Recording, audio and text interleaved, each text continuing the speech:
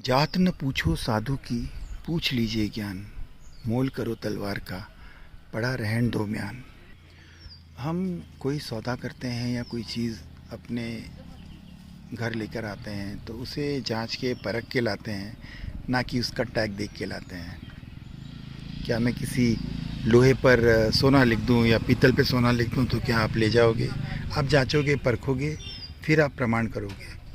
सत्यता किसी प्रमाण पर आधारित नहीं होती है, उसे कसौटी पर ही उतारा जाता है। विश्व की सभी वस्तुएं अपने स्वभाव को प्रदर्शित करती हैं। जैसे आम है, जामुन है, केला है, संतरा है, सब्जियां हैं, फल है, अनाज है, पशु पक्षी हैं, शेर अपने स्वभाव में, लोमड़ी अपने स्वभाव में, चूहा, बिल्ली, सब अपने स्वभाव में रहते हैं। लेकिन मनुष्य के भीतर 84 लाख योनियों के सभी जीव जंतुओं के स्वभाव छुपे होते हैं। सारे गुण लक्षण उसके भीतर होते हैं, बट कौन सा सॉफ्टवेयर उजागर हुआ है, यानी कौन सा गुण उजागर हुआ, इसे परखने से पता चलता है, ना कि टैग से। अगर मैं कल को भगवा, त्रिकुंड और क्या बोलते हैं, रुद्राक्ष धारण कर लूं और सर्टिफिकेट भी ले लूं, कोई संघ साधु समाज भी ज्वाइन कर लूं और बड़े बड़े प्रवचन दे दूं, क्या उससे मेरा साधुत्व प्रकट होगा? मेरे गुण लक्षण और धर्म, व्यवहार, आचरण, स्वभाव, ये हमारे गुणों की कसौटी होती है। हम इतने भ्रमित हैं, हम लोगों को वेशभूषा से आंकते हैं, गुणों से नहीं आंकते। हमारी बुद्धि इतनी जड़ हो चुकी है, हम सबको अपने जैसा समझते हैं। सबकी सोच अलग होती है, जैसा आप सोचते हैं वैसे और नहीं सोचते, सबकी सोच अलग होती है। हमें ये देखना चाहिए कि अगर ये बात इसके साथ गुजरी होती तो वो क्या सोचता या फिर वो क्या करता। ऐसा होता है। मनुष्य का बौद्धिक विकास उसके निर्णायक क्षमता पर आंकी जाती है। वो किसे सही और किसे गलत समझता है। हम सब अपनी मुक्ति के लिए पैदा हुए हैं, दूसरों की मुक्ति के लिए नहीं। हमें किसी आडंबर, किसी प्रदर्शन और किसी चीखने चिल्लाने से फ़र्क नहीं पड़ता। हम दुनिया को उपदेश दे सकते हैं कि भाई ऐसा करो, वैसा करो। क्यों भाई? जो हमारे आचरण में होगा, हमारे भीतर प्रकट करना ज़्यादा। हम अपनी मुक्ति के लिए पैदा हुए हैं। कितनी मुश्किल से, कितने ज़्यादा संघर्ष के बाद एक आत्मा मनुष्य का जन्म लेती है। क्या वो इस तरह के प्रोपोगंडा में, बुद्धि विलास, वाणी विलास से अपना महिमा मंडन करने के लिए पैदा होती है? कठोर साधना है। मानव जीवन अत्यंत अत्यंत श्रेष्ठतम और संघर्षपूर्ण है।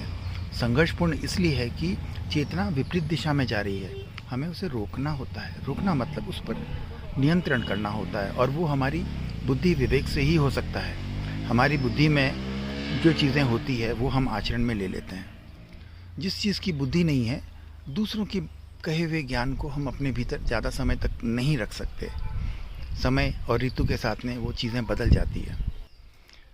सच्चे ज्ञान से हमारे भीतर जो आचरण उत्पन्न होता है, आत्मदृष्टि, आत्मबोध से जो उत्पन्न होता है, वही सच्चा आचरण है।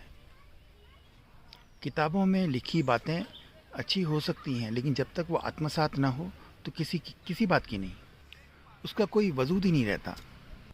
धर्म धारण की वस्तु है, बांटने की नहीं। ये तो जिसको चाहिए वो ले जाता है, कोई मना नहीं है। ये थोपा नहीं जाता। कुछ समुदाय पाश्चात्य संस्कृति में अपनी बातें थोपी जाती हैं, मनवाई जाती हैं, क्योंकि उनमें कोई वजन नहीं होता, कोई दम नहीं होता। रंग, रूप, गुण, लक्षण के प्रतीक हमें समझाने के लिए होते हैं, पेंट करने के लिए नहीं होते। भगवा शुद्ध, सनातन, सात्विक संकेत है। आत्मा का शुक्ल ध्यान का प्रतीक है। त्रिकुंड स्मशान की राख होती है, यानी कि शरीर नश्वर है, इसे मिट्टी में मिल जाना है।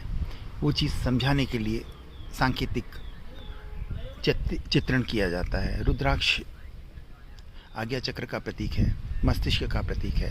हमारी चेतना सदैव मस्तिष्क से संचालित होनी चाहिए। हमारे भीतर कई प्रोसेसर्स होते हैं, 7 मुख्य होते हैं जिन्हें हम चक्र कहते हैं।